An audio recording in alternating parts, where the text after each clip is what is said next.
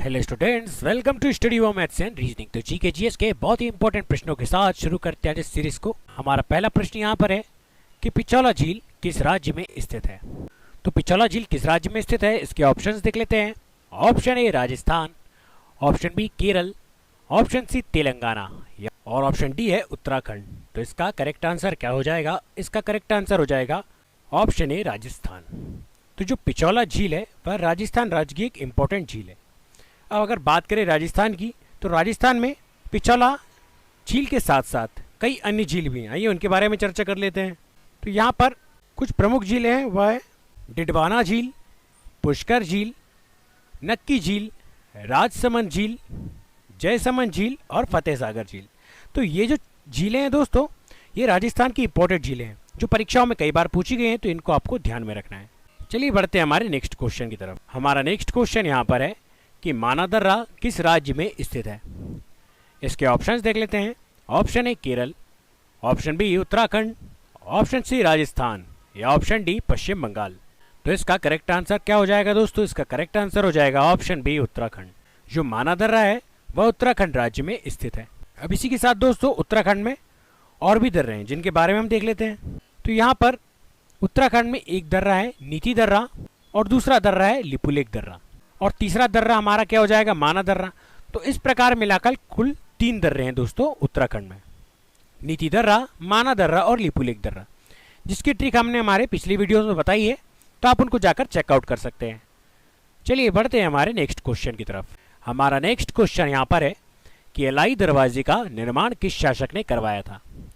तो जो अलाई दरवाजा है दोस्तों, उसका निर्माण किस शासक के द्वारा करवाया गया था? इसके ऑप्शन देख लेते हैं। Option A Akbar, option B Qutubuddin Aibak, option C Mohammad Ghori या ऑप्शन डी हो जाएगा अलाउद्दीन खिलजी। तो इसका करेक्ट आंसर यहाँ पर क्या हो जाएगा? इसका करेक्ट आंसर यहाँ पर हो जाएगा ऑप्शन डी अलाउद्दीन खिलजी। अलाउद्दीन खिलजी जो खिलजी वंश का शासक था, उसने ही दोस्तों अलाई दरवाजे का निर्माण करवाया था। तो हमारा करेक्ट आंसर यहाँ पर क्या हो जाएगा? हमारा करेक्ट आंसर हो जाएगा अलाउद्दीन खिलजी। अब अगर बात करें दोस्तों अलाई दरवाजे की, तो यह कहाँ पर स्थित है? दिल्ली जो हमारे भारत की राजधानी है, वहाँ पर अलाई दरवाजा स्थित है। और इसका निर्माण कब किया गया था? तो इसका निर्माण किया गया था सन 1311 में। और अगर बात करें किस स्थान पर स्थित है, तो यह कुव्वत उल इस्लाम जो मस्जिद है उसके परिसर में स्थित है दोस्तों अलाई दरवाजा, जिसका निर्माण अलाउद्दीन खिलजी के द्वारा करवाया गया था। अब बात करें अगर अलाउद्दीन खिलजी की, तो अलाउद्दीन खिलजी किस वंश का शासक था दोस्तों? तो यह खिलजी वंश का शासक था, जिसने सन 1290 से लेकर 1320 ईस्वी तक यहाँ पर शासन किया था भारत में। तो ये इंपॉर्टेंट पॉइंट आपको ध्यान में रखना है। चलिए बढ़ते हैं हमारे नेक्स्ट क्वेश्चन की तरफ। हमारा नेक्स्ट क्वेश्चन यहाँ पर दिया हुआ है कि यक्षगान नृत्य किस राज्य से संबंधित है। तो यक्षगान नृत्य किस राज्य से संबंधित है, इसके ऑप्शन देख लेते हैं। Option A Odisha, option B Paschim Bangal या ऑप्शन सी केरल और ऑप्शन डी राजस्थान। तो इसका करेक्ट आंसर यहाँ पर क्या हो जाएगा? इसका करेक्ट आंसर यहाँ पर हो जाएगा ऑप्शन सी केरल। तो जो यक्षगान नृत्य है दोस्तों, यह केरल राज्य से संबंधित है। तो हमारा करेक्ट आंसर यहाँ पर क्या हो जाएगा? हमारा करेक्ट आंसर हो जाएगा यहाँ पर केरल। अब केरल की अगर बात करें दोस्तों, तो केरल में कुछ प्रमुख झीलें हैं, और वह झीलें कौन कौन सी हैं आइए देखते हैं। तो यहाँ पर पहली प्रमुख झील है वेमना झील, और दूसरी यहाँ पर प्रमुख झील है अष्टमुदी झील। तो ये 2 झीलें जो परीक्षा में कई बार पूछी जाती है दोस्तों, इनको आपको ध्यान में रखना है। परंतु इसके साथ साथ एक झील और यहाँ पर है स्थित। उस झील का नाम क्या है दोस्तों? उस झील का नाम है पेरियार झील। तो इस प्रकार यहाँ कुल मिलाकर अभी तक 3 झीलें हो चुकी है दोस्तों, वेमना झील, अष्टमुदी झील और पेरियार झील। तो ये तीनों के नाम आपको ध्यान में रखना है। चलिए बढ़ते हैं हमारे नेक्स्ट क्वेश्चन की तरफ। हमारा नेक्स्ट क्वेश्चन यहाँ पर है कि केंद्रीय आलू अनुसंधान केंद्र किस राज्य में स्थित है। तो केंद्रीय आलू अनुसंधान के बारे में हमसे पूछा गया है दोस्तों कि यह किस राज्य में स्थित है। ऑप्शंस देख लेते हैं। Option A Tamil Nadu, option B Odisha, option C Himachal Pradesh या ऑप्शन डी हो जाएगा गोवा। तो इसका करेक्ट आंसर क्या हो जाएगा?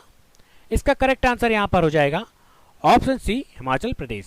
केंद्रीय आलू अनुसंधान केंद्र है दोस्तों, यह हिमाचल प्रदेश में स्थित है।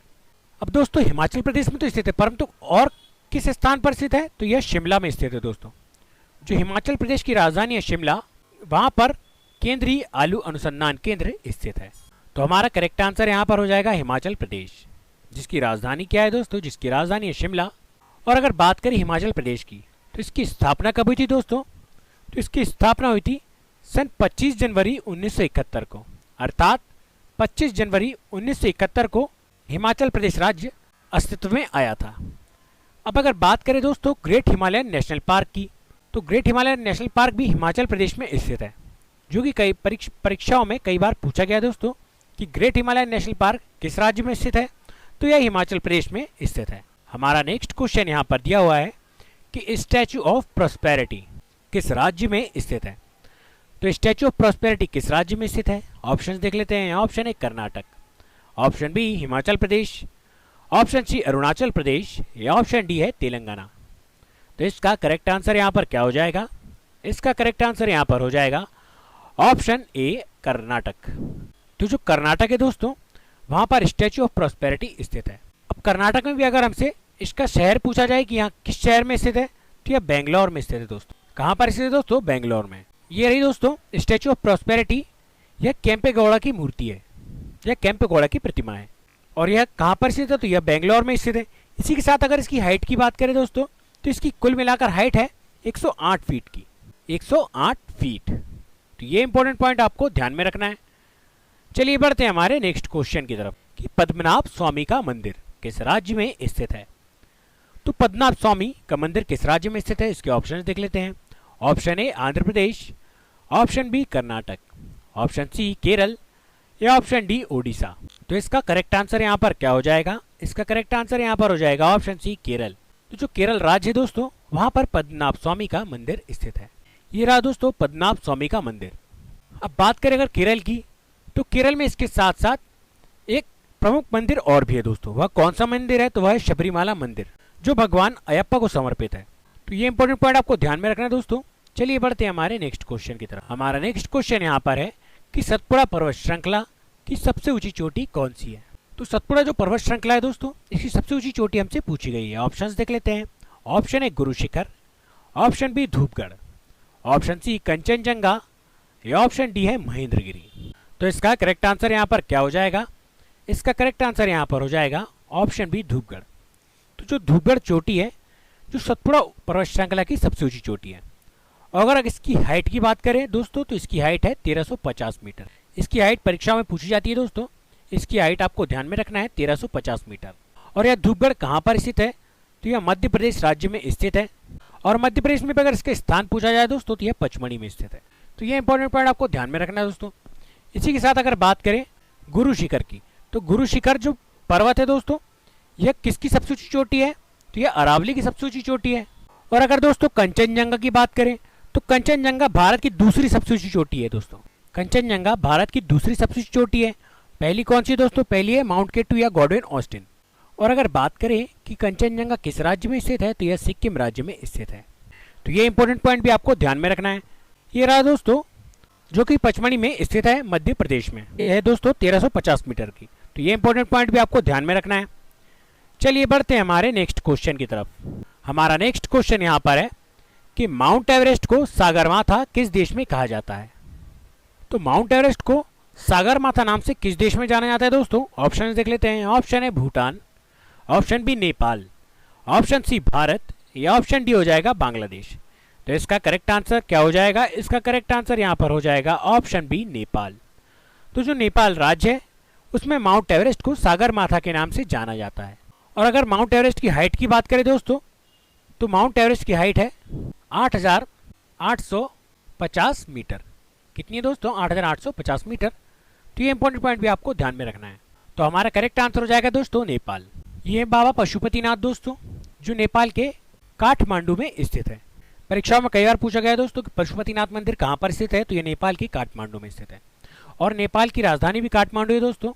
और अगर बात करें नेपाल के रुपए की, तो नेपाल में कौन सा रुपया चलता है, तो वहां पर नेपाली रुपया चलता है। तो यह भी आपको ध्यान में रखना है कि नेपाल की मुद्रा क्या है, नेपाल की मुद्रा है नेपाली रुपया। हमारा नेक्स्ट क्वेश्चन यहाँ पर है कि साउथ बटन नेशनल पार्क कहाँ पर स्थित है।